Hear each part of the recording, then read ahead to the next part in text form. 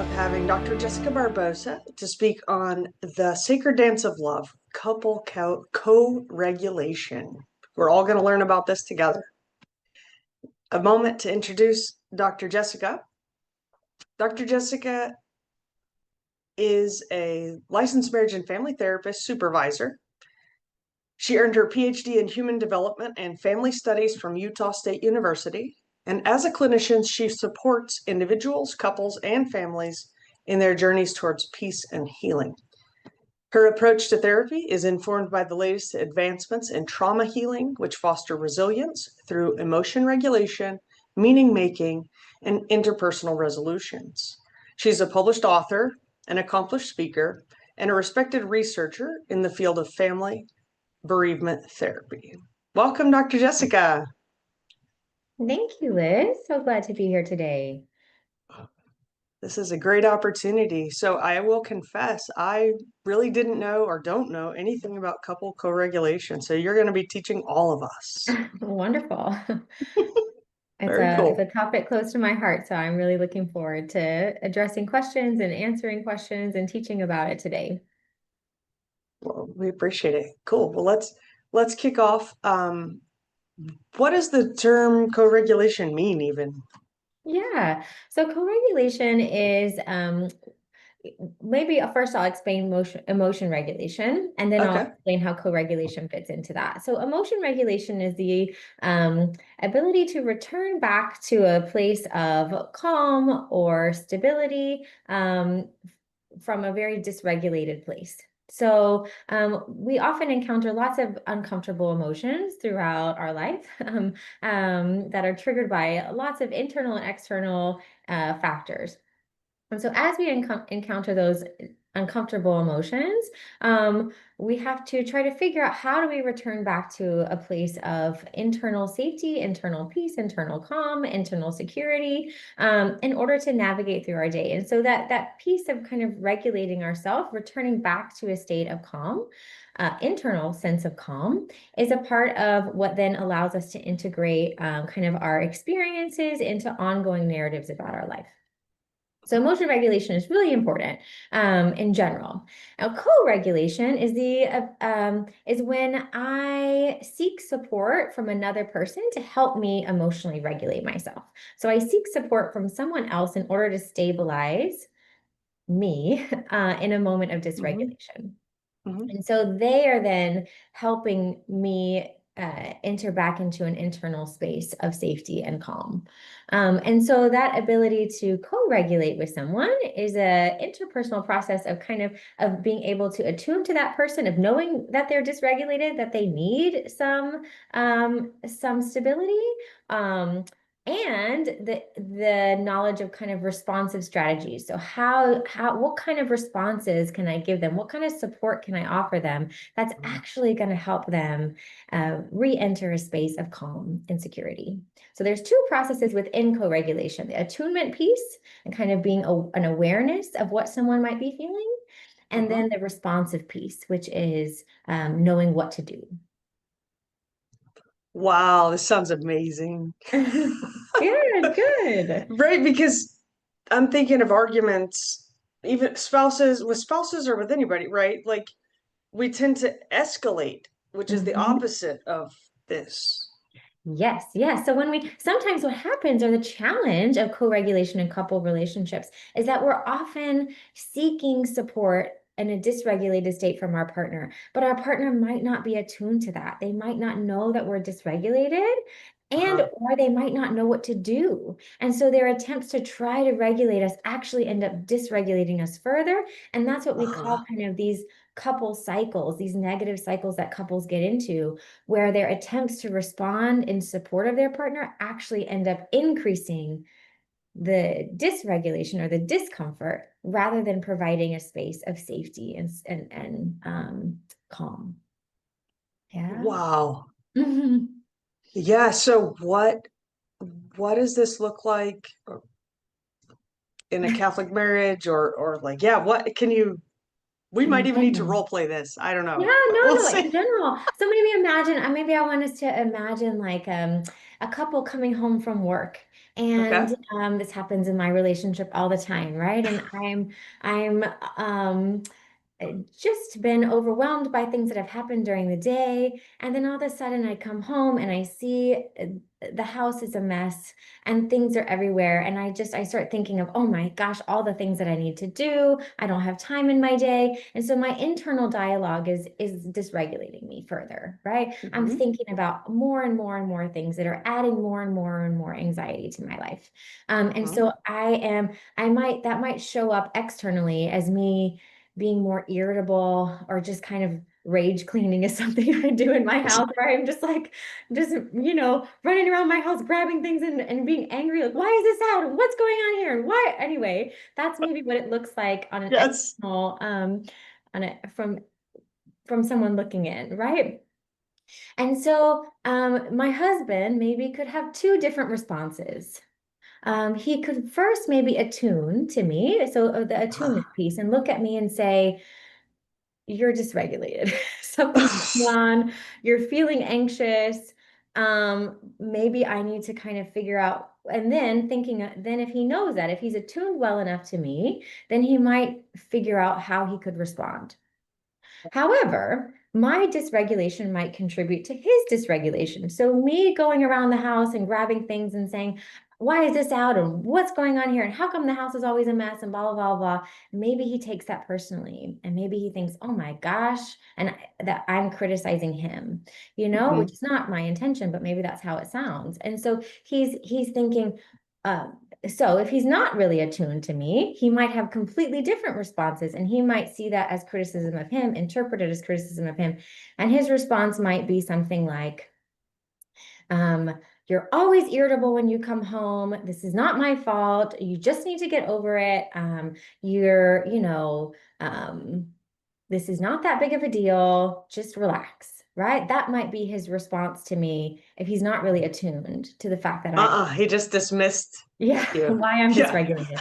However, if he is attuned, right, if he does Hmm. know that maybe it's because, or he can start to interpret it as maybe it's because I've had a rough day. I'm just overwhelmed. There's a lot of things I'm walking into. I'm feeling stressed. He might know that there's some internal dialogue of anxiety going on for me. He might say something like, hey, let's figure out what's reasonable for us to do today. And let's see if you and I can tag team what needs to happen, so that you Hmm. feel, um, I don't know, you feel more comfortable in this space, so that the space isn't so overwhelming to you right when you come home. Yes. Hmm. So that's a Hmm. very different response. And that would probably stabilize me, right? I say, oh my gosh, my partner's here. He's supporting me. He sees me. He knows me. We're a team, right? Yeah. That creates an experience of togetherness and that regulates my anxiety, right? I'm not doing this alone. Yeah. Versus the other experience, the dismissal response, is going to only escalate my anxiety, make me spiral even more into thinking I'm alone. He doesn't care about me, doesn't see me. Nobody helps me in this process, right? Uh-huh. Then I'm even Uh-huh. more overwhelmed.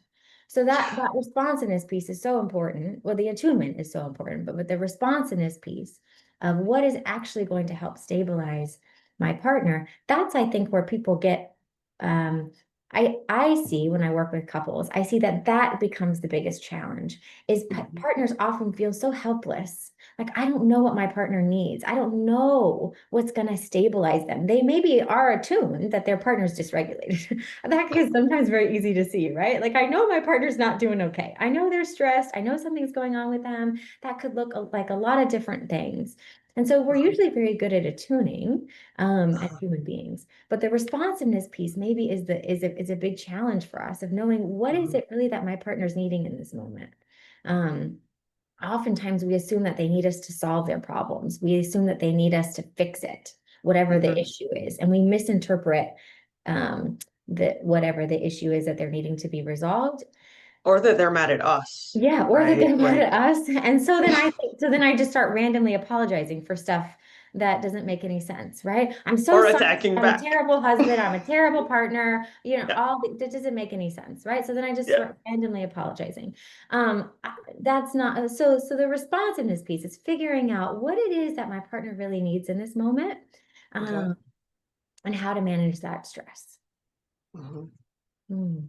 I'm thinking too that just stepping back to the attunement piece, I do think it's easy to figure out like, okay, something's wrong. They're mad or they're Yeah. upset, right? But we have kind of typical ways that we show, right? Like I would think everybody Yes. kind of has their typical dysregulated state Yes. presentation. So like if the other partner knows like, oh, this is their typical.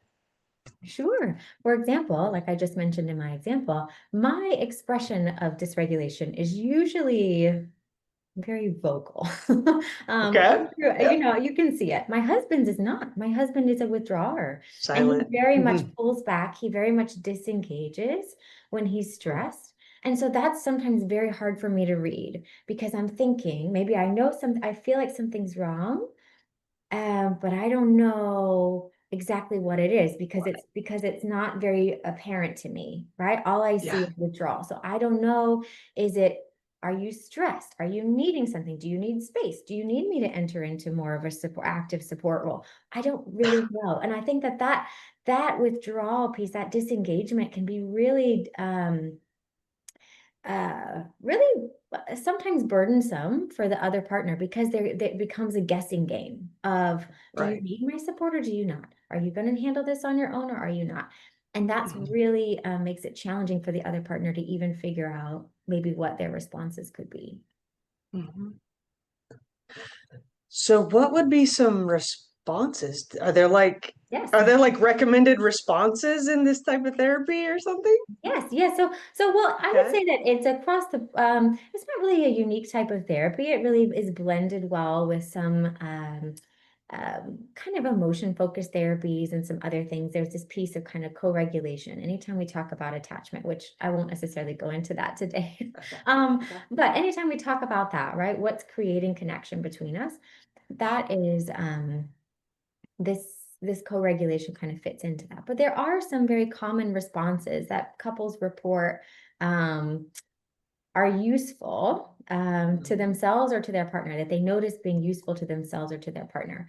And the piece that's hard is that there's not a one size fits all kind of What? You're no, I not going to give me the know. list? That just takes away the complexity of human beings, right? If we were to reduce us to this, you know, easy, I don't know, one size fits all responsive strategy. So no, there's a kind of a collection of 8 different typical responses Okay. that Okay, couples cool. that couples engage with, and Hmm. it's I would encourage those of you who are listening who are curious about how to integrate this into your relationship is asking your partner what of these responses um, do they tend to need the most or do they respond well to and how can they tell you when they need that? How can you create kind of some meta communication about when I need this response versus when I need this response? So let me go over kind of the 8 responses. So the first is presence. um, and people often really dismiss presence as like, I'm not really doing anything, right? People feel like support has to be this very active thing, and it Hmm. really doesn't. Presence is, well, I would say presence is actually very active, and we dismiss the value of it. But Mm. presence is being fully attentive to what's going on with your partner. And so that might sound something like, um, just reporting or acknowledging that you see them upset. Hey, I notice that something's bothering you, right? I'd love to hear more about it. Just tell me what's happening for you, right? I'm not problem solving. I'm not trying to fix it. I'm not doing anything. I'm just present to the distress and saying, you don't have to feel this alone. I'm here with you in it. Yeah. So, along with presence also comes the responsive strategy of resonance. So, resonance is the then ability to say something like, I feel this too, right? So, if my husband might maybe were to say to me, again, in the same situation, if he were to say to me something like, you know what, I see that there's a lot to take over in this house and it's stressing me out too, right? He doesn't have to try to fix it with me, but he's providing again this security that what you're feeling makes sense, and I feel it too, and we can feel this together. Yes. So presence and resonance, two different responsive strategies, but kind of connected, right? They share similar, they can feel very similar. Some of the more, I would say, what people consider more active responsive strategies are things like taking on the other person's responsibilities. So I know my partner's stressed out or worried or overwhelmed. I'm maybe going to let them go relax or do something, and I'm going to take on some of their responsibilities. So maybe I'm going to be the one who takes out the trash today, if that's typically my husband's responsibility, or I'm going to be the one who maybe takes care of the children, if that's typically my partner's responsibility, or I'm going to be the one who washes dishes or cooks dinner or something. So we kind of try to remove some of the added burden of other stressors in their life, in order to regulate them. Another responsive strategy is giving space. So, for example, that's sometimes one my partner prefers. And so, but I have to figure out kind of what that looks like for him. Yeah. And so deciding, right, okay, you really do need some space, right? You don't even know what you're feeling or thinking right now. To be able to communicate it to me, you have no ability to even express what you're feeling or thinking. So I can't offer you presence, and I can't offer you resonance. And so maybe though, what I can offer you is just some space, right? That like what I'm doing is respecting the privacy of those emotional experiences, and saying, you figure out what it is that you need, right? And I'm giving you space really to identify what it is that you need. That's what giving space looks like.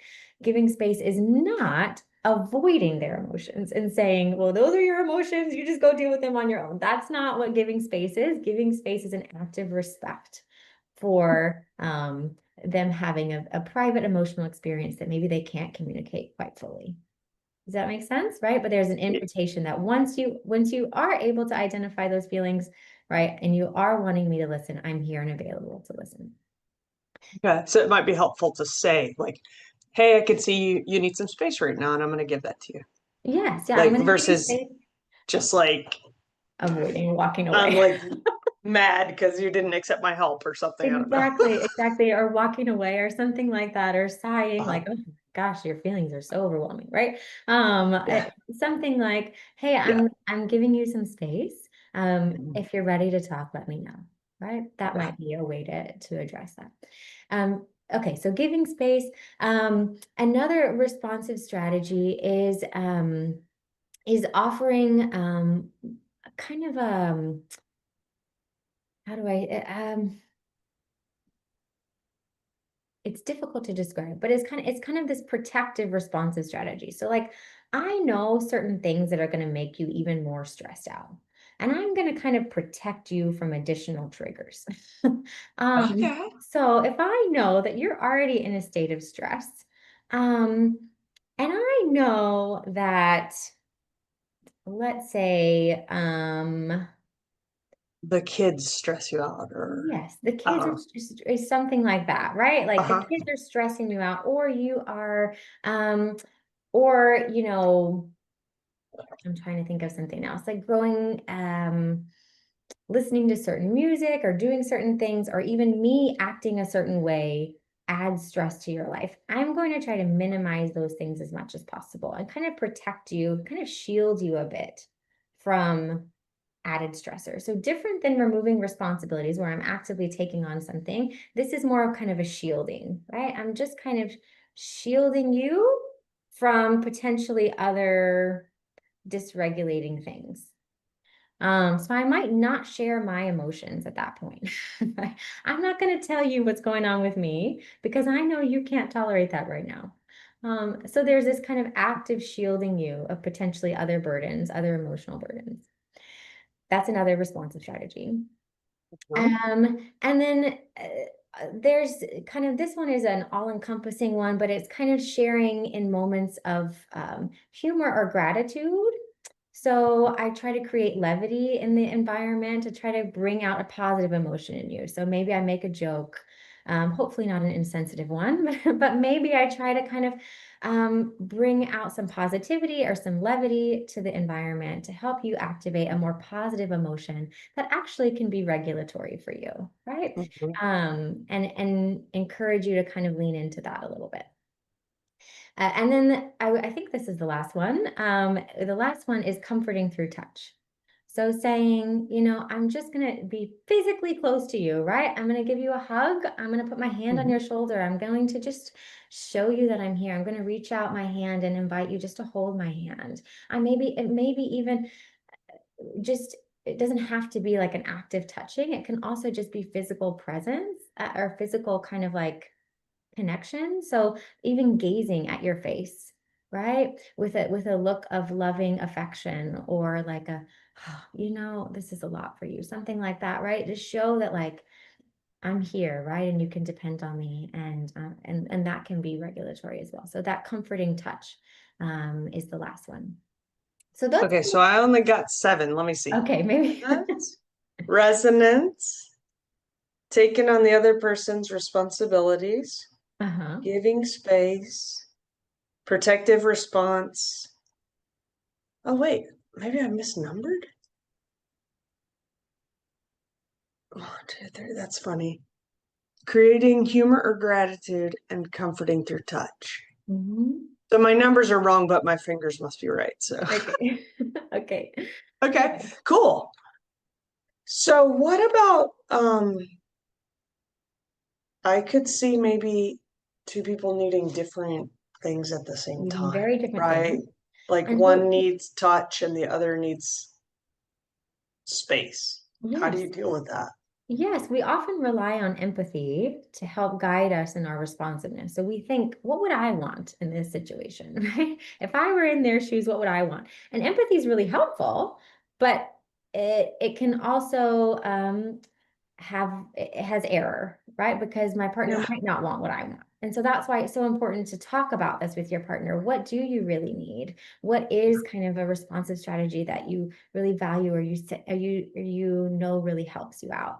Um, Mhm. so yeah, sometimes partners are very different. For example, like me and my husband, I do not want space. I hate space. I need to talk about it. I'm a verbal processor. I want presence and I want resonance.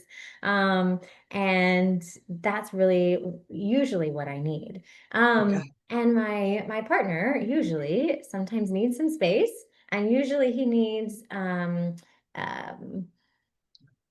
um sometimes removing responsibilities and sometimes kind of shielding him from added burdens. Those are tend Mhm. to be the things that he needs. Mhm. Um, and so I think I have to actively remind myself that to step into a support role in those moments and to coordinate maybe needs, right? So, hey, I'm needing maybe some presence in my emotions, but how can I be there for you in your emotions? And how can we often make decisions based on what we can tolerate in that moment. So I'm not going to be able to give presence and resonance if I'm already kind of spent emotionally. Like I'm already kind Mhm. of done emotionally, and it's really can be very draining. So I'm not always going to be able to provide that. So we make decisions based on our own tolerance for what we can do for our partner's emotions. Um, but we try to, as best we can, kind of step into their moments that we know are important responsive tools for them as often as possible. So I Okay. might not do it 100% of the time, all the time, but maybe I'm going to try to offer him those things when I'm aware of it, when I'm acknowledging it, and when I have the mental and emotional space to do that, the mental and emotional tolerance to do that. Okay. Yeah, so it's like I'm gonna try to respond in the way that the person needs in the best way that I can.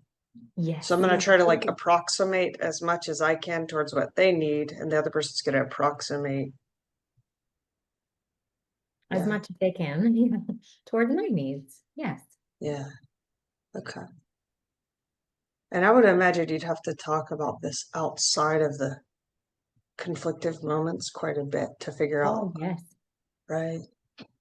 Yes, absolutely. Yeah. I think that's what's so valuable, this metacognition, not in the moments of conflict where we're both dysregulated. Are we able to say vulnerably, I need you to be present with me. or I need you to help remove some responsibilities for me. It's usually after a moment of conflict where we say, hey, this is what would have been helpful for me in that moment. Hey, this is what, I really needed in that moment. And now that I've had some time to reflect, maybe next time, could we try this? Mhm. So it's a reflective process, um, where we think about our conflict, where we think about what we needed, and then we try to communicate that to our partner. Mhm. Yeah. Yeah, I think I'm more like your husband, so I would need to like take time and be like, what did I need? Yeah.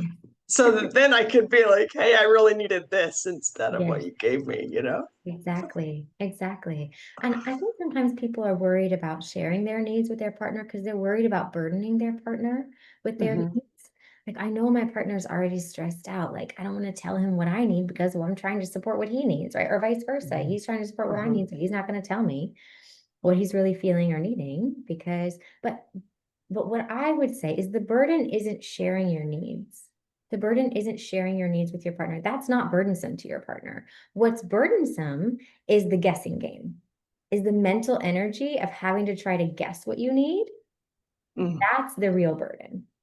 Oh God. Trying to figure out, like, in a moment when I'm trying to, like, I want to support you. Of course, I'm here to support you. And if I have to try to figure out and guess through my head, okay, what responsive strategy could he possibly need? And what feeling would that attach to? And how that is so much emotional and mental energy to do that. If he just told me, hey, I need you to give me some space, like, done, right? Okay. That's not Mhm. burdensome for me at all. And so I Mhm. think that's a part of what couples kind of misunderstand often is that they feel like sharing their needs is burdensome. And the opposite is true. Not sharing your needs is the greater burden. Wow. Yeah, because that is really a level of trust, isn't it? Hmm. When you can openly and honestly just flat out say what you need, right? Like, Yes. No, it requires a lot of vulnerability and security in mhm. the relationship to be able to do that. But hopefully, if both partners are responsive, but kind of increase their responsiveness to those needs, over time, it builds that security and trust enough for them to be able to say that candidly. And again, it removes so much mental energy that can be very draining on the couple relationship. Mhm. Mhm. Wow. Um, so I could see how some people might tend to worry too much. Well, actually, this might be a solution. I'm thinking as I go, but it might be a solution to that. Like worrying too much about how your partner's feeling, worrying too much about kind of codependent behavior, right? Like, Sure. uh, this would actually help with that, not foster that, Yes, right? yes, it would help to alleviate that. Let's maybe explain that. Maybe people didn't, Yeah. we didn't follow that train of thought. But Okay. so codependency is when my um emotional state and stability depend on your emotional state and stability. So when you're dysregulated, it dysregulates me. When you're stable, it stabilizes me. And so we feel like we can't be ever dysregulated because then it's going to lead to high intense conflict because both of us are going to be dysregulated. So what tends to happen in those codependent relationships is a lot of emotional withdrawal, and then really big explosive moments of conflict, Mhm. in codependent relationships because it feels like the only way that we can regulate, um, is through co-regulation. Mhm. um, and so what we don't want to do is lean into, I guess, how do I say this? Co-regulation does require a level of self-regulation too. Okay. So I can't really regulate you if If I'm not. your dysregulation dysregulates me. I can't. I'm not going to be very attuned to what you need. I'm not going to be very responsive to what you need if I'm dysregulated by you being dysregulated. Right. So in order to co-regulate, it requires a level of self-regulation as well. And that's what separates co-regulation from maybe codependency. So co-regulation, we have to kind of honor our own self-regulation and determine maybe we have to be attuned and responsive to our own emotions as well, in order to be able to communicate that effectively to our partners. And so good co-regulation would actually reduce codependency because it would increase self-regulation, and it would allow partners to be able to better express and communicate what they are needing. Awesome. Yeah, just in case anybody was worried, like, I don't want to be codependent, like, Yeah, I I don't don't know. want to like fully rely on someone else to meet my needs. No, Yeah. it's just about being able to express what it is that you need in Yeah. a different way. Yeah. Yeah. The part I was thinking too was if you are able to say, have these, like, we needed to define too metacognition. It Mm, means thinking about your thinking, thinking right? about Or your, thinking about your emotional life. So yes, when we're able to have those conversations and identify our needs and what we need in those moments, the next time it happens, then our spouse or then they regulate themselves, they're able to show up for us in the way that we've asked, yes, hopefully. yes, Yeah. hopefully. Yes. Yeah. How about trauma? How can that affect our ability to co-regulate? Oh, you know what? I just saw, we're gonna, first of all, you're gonna have to write a book on this. And second Okay. of all, we're gonna have another webinar because I just noticed we're at 12:37. Oh, So that means we have to start the Q&A. start some Q&A. Sure. Yeah, let's do it. Let's do it. Okay. Well, I'm happy to, maybe someone has a question about trauma. We can answer that as well. Okay. Well, maybe go ahead and answer that one and I'll be looking through the questions that we have. Okay, So sure. yeah. So yes, trauma can certainly affect emotion regulation because it affects self-regulation or the regulation of the self. And so eh, trauma can make us more triggered by other people's dysregulation if we were criticized of that, or we have been historically responsible for other people's emotions, or we feel guilty or we feel ashamed of our own dysregulation. All those things can exacerbate our ability to fully be in tune with our own emotions and then to be able to express them. So sure, in the context of trauma, it becomes even more challenging. But I would say co-regulation helps with trauma too, right? In interpersonal relationships, if we can use our most meaningful interpersonal relationships, which our partner, our spouse, is one of those. If we can use our partner and spouse to help regulate the trauma, to help regulate those traumatic triggers and experiences, what we see is actual greater resilience for people who have undergone trauma. If they have at least one identified support person in their life who they can utilize as a resource to help regulate or co-regulate with them. Yeah, I often tell couples that I believe that we are truly called to help each other heal our deepest wounds. Like I Mm-hmm. think that is God's plan for marriage, Mm. but it requires so much personal work, Mm-hmm. right? And Yes. breaking old patterns. Yes. And Um, acknowledging what is just being um not taking the trauma response personally, right? yeah. Just a trauma Mhm. response. Yeah, they're not trying to be overwhelmed all the time or triggered by constantly things. It's not personal, right? So Yeah. again, it's about figuring out what is going to help that your partner. What can you do to help regulate them? What is typically going to regulate them, or what can you invite for them to help them regulate themselves?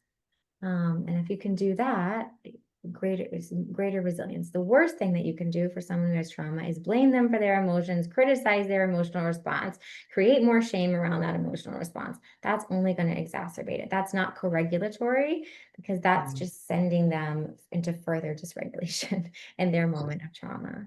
Mhm. Mhm. Awesome.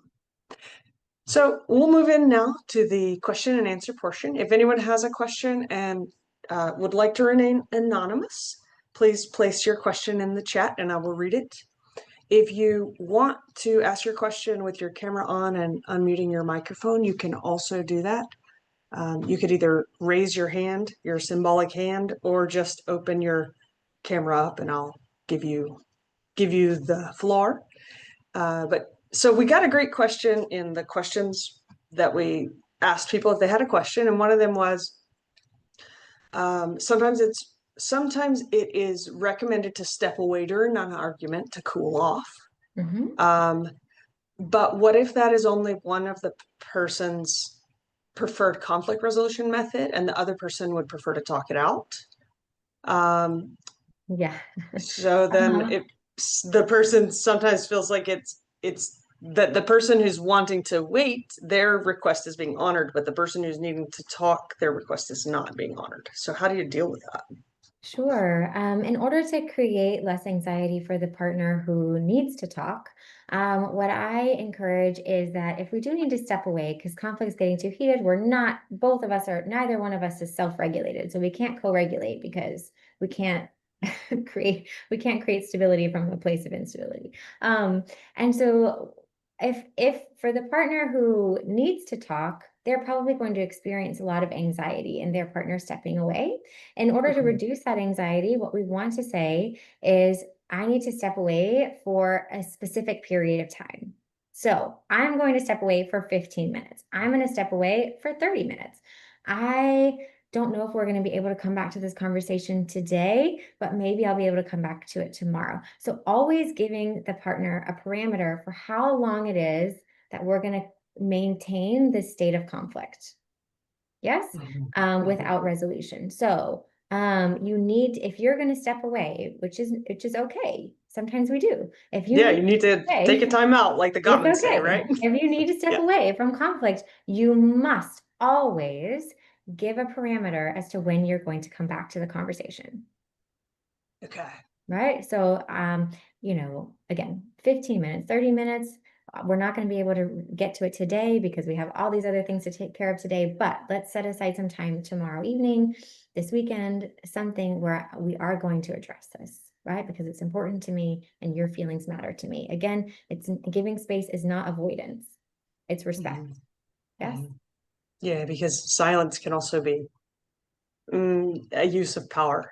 It can, yes, it can be use of power. It can be abandonment. Yeah. In our emotional, our emotional dysregulation. Sometimes also, I guess with that suggestion, if people take 20 minutes and they find that they're still not regulated enough to have the conversation, it would be okay to say, hey, I thought I'd be ready, but I'm not. I need another 30 minutes. I need an hour, something like that, right? Yes. So, I thought I would be ready, but I'm not. And it is so important that when you take that time away, you are not ruminating about all the things that you want to say when you come back, right?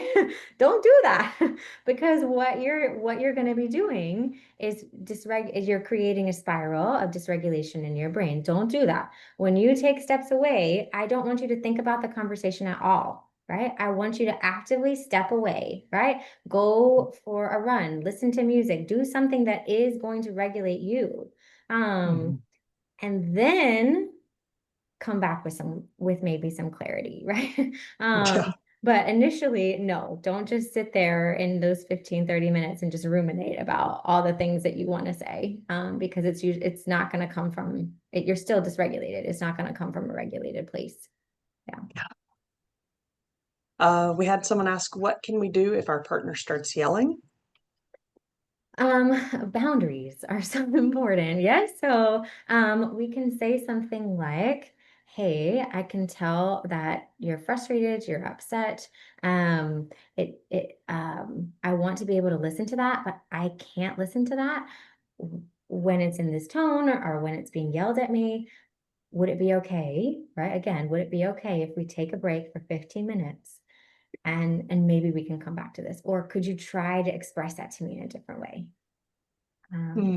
Yeah. So we're acknowledging that the anger is probably valid or for whatever reason, but anger doesn't have to lead to yelling, right? So we're setting a boundary. I want to hear about the anger. I want to hear why you're upset. That's that's important to me. I just need you to communicate it to me in a different way. And so if you need to take some moments to kind of figure out how else you want to communicate it to me, or you need to, anyway, however that's going to work for you, I need you to communicate it to me differently. Yes. Yeah. Because I Yeah. can't hear it when it's coming from a place of yelling. So maybe something like that. Or you can also, if they continue to yell at you, you can say, hey, I feel like this isn't going to be productive. So I'm going to take a step away. Because I want to make sure that I'm in a good space to be able to hear you, and I'm not right now. Yeah, so I'm going to step away, and again, I'm going to come back maybe in 30 minutes or so, and we can try this again. Yeah. Awesome. So I have a longer question. I'm going to read it out loud so everybody can hear it. When do you know if it's time to seek co-regulation with someone other than your spouse, like a trusted friend, mentor, or professional, rather than outsourcing your emotional regulation solely to your spouse? If you notice that being with this other person feels easier, calmer, or more relaxing, why might that be and why does that happen? And then how can you build that same sense of safety and ease with in your marriage so that you're not relying on others to meet your needs that could be nurtured between you and your spouse? Yes, what a beautiful question. I think it's very reasonable and realistic that our partners cannot meet all of our needs. They Mm-mm. just can't. Yeah. And so there are times when maybe I do need to outsource my needs to someone else. And it's probably because I'm attuning to my partner that they're also stressed, right? They're also in a space that they're not going to be very regulatory of me because they can't tolerate my emotions on top of theirs. And so because they're already dealing with a lot. And so those are moments maybe I would outsource some of my co-regulation. I might say, I might call a friend, like you said, or I talk to a therapist or something where I feel like, okay, how can I better make sense of this? What's important is if you do outsource, sometimes bring it back to your partner when you are regulated, right? Bring it back to Mm. your partner and say, hey, this is what I learned about myself, right? This is what was going on for me, and this is what I found would be helpful. I wonder if that would be helpful for you. To have those conversations, right, about what you learned about yourself and about what was helpful to you when you outsourced your co-regulation, right? So, wow, my friend really said this to me, and it really created a new perspective in me, and it really helped me see it. Really helped me feel calmer about this, right? Communicating to your partner when you feel or what regulated you is still a part of that active communication. And I think to answer the second part of your question, how do you build that safety and ease within your marriage? I think is through building what we say in couples therapy is that it's not the amount of conflict that determines dissatisfaction in the relationship. It's the absence of positive experiences. So the more conflict you have, is not necessarily going to matter if you have also positive experiences in your relationship that are intimate and meaningful.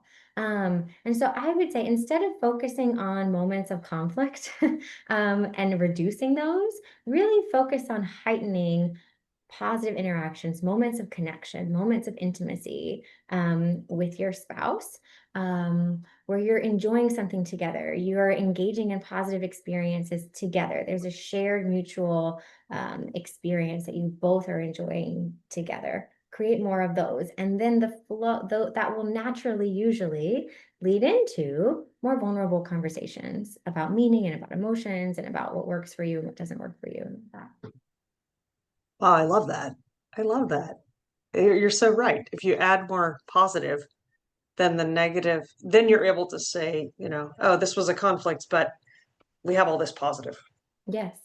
Mm-hmm. Something I also like to tell people is like, there's always going to be conflict in marriage and Mm-hmm. all relationships, but it's how do we resolve the conflict or how do we talk about the conflict afterwards Mm-hmm. Mm-hmm. that can really be that if That's you have that ability, yeah. then the conflict isn't as much of a difficulty or a Yeah, problem. because usually, hopefully, those moments don't reignite the conflict when you talk about the Yeah. conflict. Hopefully, Yeah. those moments are restorative, right? Where we restore maybe a sense of connection, we restore a sense of closeness, we restore feelings of understanding or togetherness that we felt were threatened in the conflict. You know what I find is key for that is like taking a moment of accountability for myself. Like you can't play the blame game and have a positive conversation afterwards. It has to be like, No, what did blame I is inherently, contribute? You know? yeah, blame is inherently dysregulatory. Yes, blame That's and criticism will always dysregulate your partner further. Never, ever, ever is blame or criticism co-regulatory. It's maybe helping you regulate to feel like you're placing blame on someone else, but it is yeah. not regulatory for your partner at all. Yeah. Yeah. Yeah. Yeah. Well, we actually have more questions that we haven't been able to get to, so it sounds like we're gonna have to keep talking about this topic. I agree. I'm noticing, yeah, it's 12:51, so out of respect for your time and for the time of our guests, we're gonna go ahead and stop. Thank you all for joining us. We would love it if you could rate us on Yelp. And also, I believe Michael will put that in the chat. And then if you'd like to contact Dr. Barboza, you can do that through the link that we've placed in the chat also. We thank you very much for joining us. Thank you, Dr. Barboza, for sharing about this really great topic. I mean, if there's not a book on this specific topic, you need to write one. If you want to, we can collaborate. I can Thank you, pull out all Liz. your ideas and you can do it. Thank you, Liz. This There is a book in awesome. the works, so we'll update you in the interim. Oh, how cool. How cool. Well, thank you all very much, and we look forward to the next one.